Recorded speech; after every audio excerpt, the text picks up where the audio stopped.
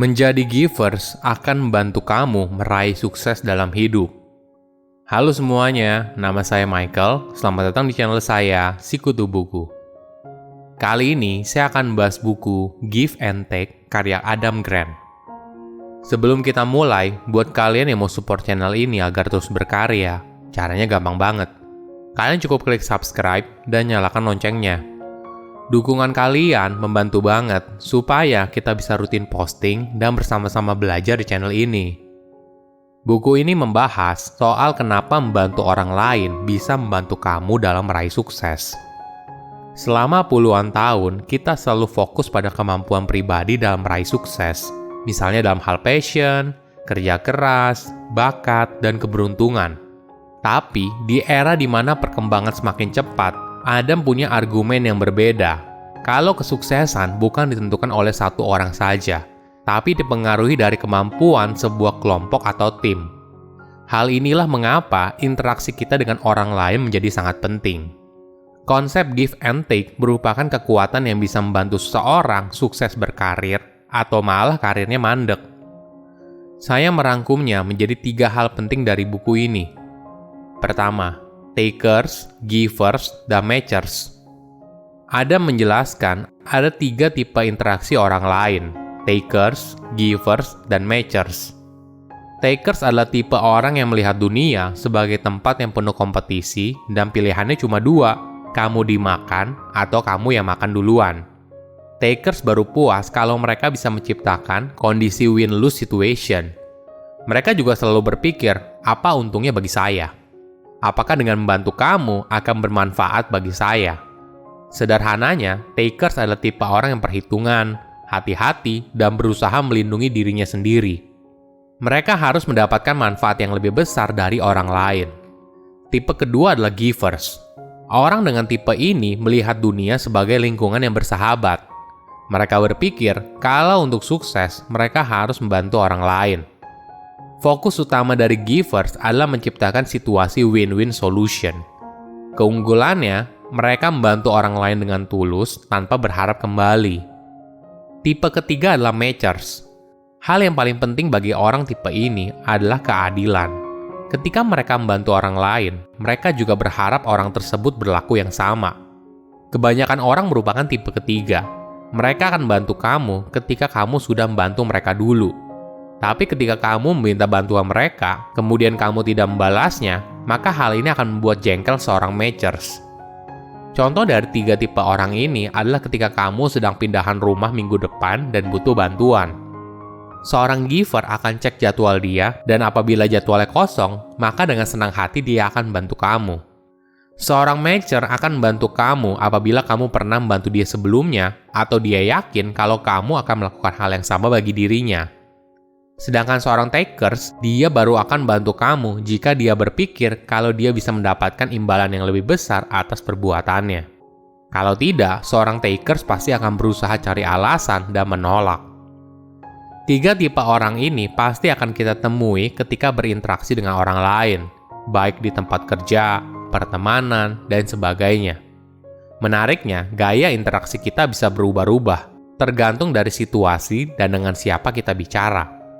Mungkin kita bisa punya satu gaya interaksi yang paling sering kita lakukan, tapi situasi dan kondisi akan membuat kita memberikan perlakuan yang berbeda. Dari ketiga tipe interaksi tersebut, tipe mana yang bisa membantu kamu untuk sukses? Ternyata givers adalah yang paling unggul. Orang yang murah hati dan suka menolong adalah tipe orang yang memiliki nilai lebih baik, performa kerja lebih unggul, menghasilkan uang lebih banyak, dan sebagainya. Kedua, menjadi givers dalam hidup. Mungkin kita bertanya-tanya, kenapa seorang givers lebih unggul daripada takers atau matchers? Alasan terbesarnya karena reputasi. Contohnya begini, ketika kamu berinteraksi dengan seorang givers, kamu akan merasa kalau orang ini adalah orang yang tulus. Givers membantu kamu tanpa mengharapkan apapun dari dirimu. Reputasi seorang giver akan membuka pintu bagi dirinya untuk hubungan pertemanan atau bisnis yang baru. Tentu saja, kita ingin berteman atau berbisnis dengan orang yang tulus, kan? Sebaliknya, seorang taker hanya mampu memiliki lingkaran hubungan yang terbatas, karena mereka terkenal sebagai orang yang egois dan hanya mau menang sendiri.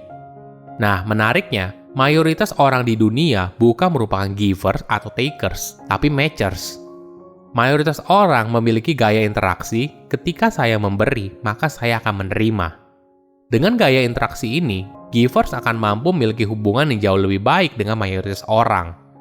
Ketika seorang givers membantu seorang matchers, maka matchers akan memberikan balasan yang setara, walaupun givers tidak pernah memintanya.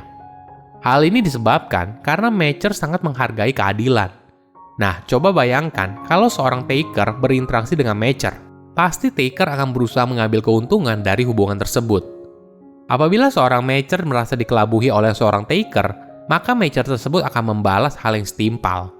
Efek jangka panjangnya adalah givers akan menikmati reputasi yang baik dan lingkaran hubungan yang semakin luas, sedangkan takers akan memiliki reputasi buruk dan diwaspadai oleh lingkarannya. Di era modern dengan perkembangan teknologi, kita bisa dengan cepat memperoleh reputasi, entah itu baik atau buruk. Reputasi ini sangat berguna ketika kamu ingin membangun kepercayaan dan etikat baik.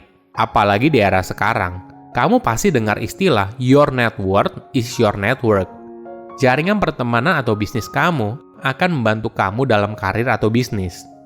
Ketika kamu punya reputasi sebagai givers, maka kamu akan dengan mudahnya memiliki teman atau rekan bisnis. Mana ada sih yang tidak mau berteman atau berbisnis dengan orang yang baik, suka menolong, dan tulus? Sebaliknya, kalau kamu sudah punya reputasi sebagai takers, maka orang akan waspada ketika berhubungan dengan kamu. Dalam hati mereka, pasti mereka akan takut kalau kamu mungkin akan menipu mereka. Inilah alasannya mengapa menjadi givers menjadi hal yang sangat krusial. Ketiga, menjadi givers merupakan kunci sukses. Di masa sekarang, mayoritas pekerjaan kita bukan pekerjaan individual, tapi berkelompok. Kita harus bisa bekerja dengan orang asing. Itulah sebabnya membangun kepercayaan menjadi dasar yang sangat penting dalam sebuah hubungan. Kepercayaan baru bisa dibangun apabila kamu sudah memiliki reputasi awal yang baik. Bahkan bila kamu tidak bekerja dalam sebuah tim, kamu mungkin bekerja di industri jasa atau melayani orang lain. Pada zaman kakek nenek kita, mereka mungkin tidak perlu banyak berinteraksi dengan orang lain. Tapi di era sekarang, setiap orang terhubung satu sama lain, apalagi industri jasa juga semakin berkembang. Maka menjadi seorang givers merupakan satu hal yang krusial. Coba bayangkan seperti ini. Misalnya kita butuh jasa orang lain, entah itu servis AC, bangun rumah, dan sebagainya. Apakah kamu mau bekerja sama dengan orang yang memiliki reputasi buruk dan suka menipu, atau sebaliknya? Tentu saja dengan orang yang punya reputasi baik dan memiliki hasil yang bagus. Ada hal lain yang menarik. Givers adalah orang yang melihat kalau sebuah hubungan adalah investasi, dan tentu saja butuh waktu untuk kamu menerima manfaatnya. Sedangkan takers dan matchers adalah orang yang punya pandangan pendek. Mereka berpikir, kalau tidak ada manfaat dari hubungan tersebut secara langsung, maka hubungan itu tidak bermanfaat bagi dirinya. Padahal membangun hubungan ibarat menanam sebuah pohon. Kamu perlu waktu agar hubungan itu bisa tumbuh dan menghasilkan manfaat bagi dirimu. Ketika kamu memberi, maka kamu akan menerima. Mungkin tidak mendapat manfaat secara langsung, tapi dalam jangka panjang, mindset ini akan meraih sukses dalam hidup. Silahkan komen di kolom komentar pelajaran apa yang kalian dapat ketika baca buku ini. Selain itu, komen juga mau buku apa lagi yang saya review di video berikutnya. Saya undur diri, jangan lupa subscribe channel YouTube Sikutu Buku. Bye-bye.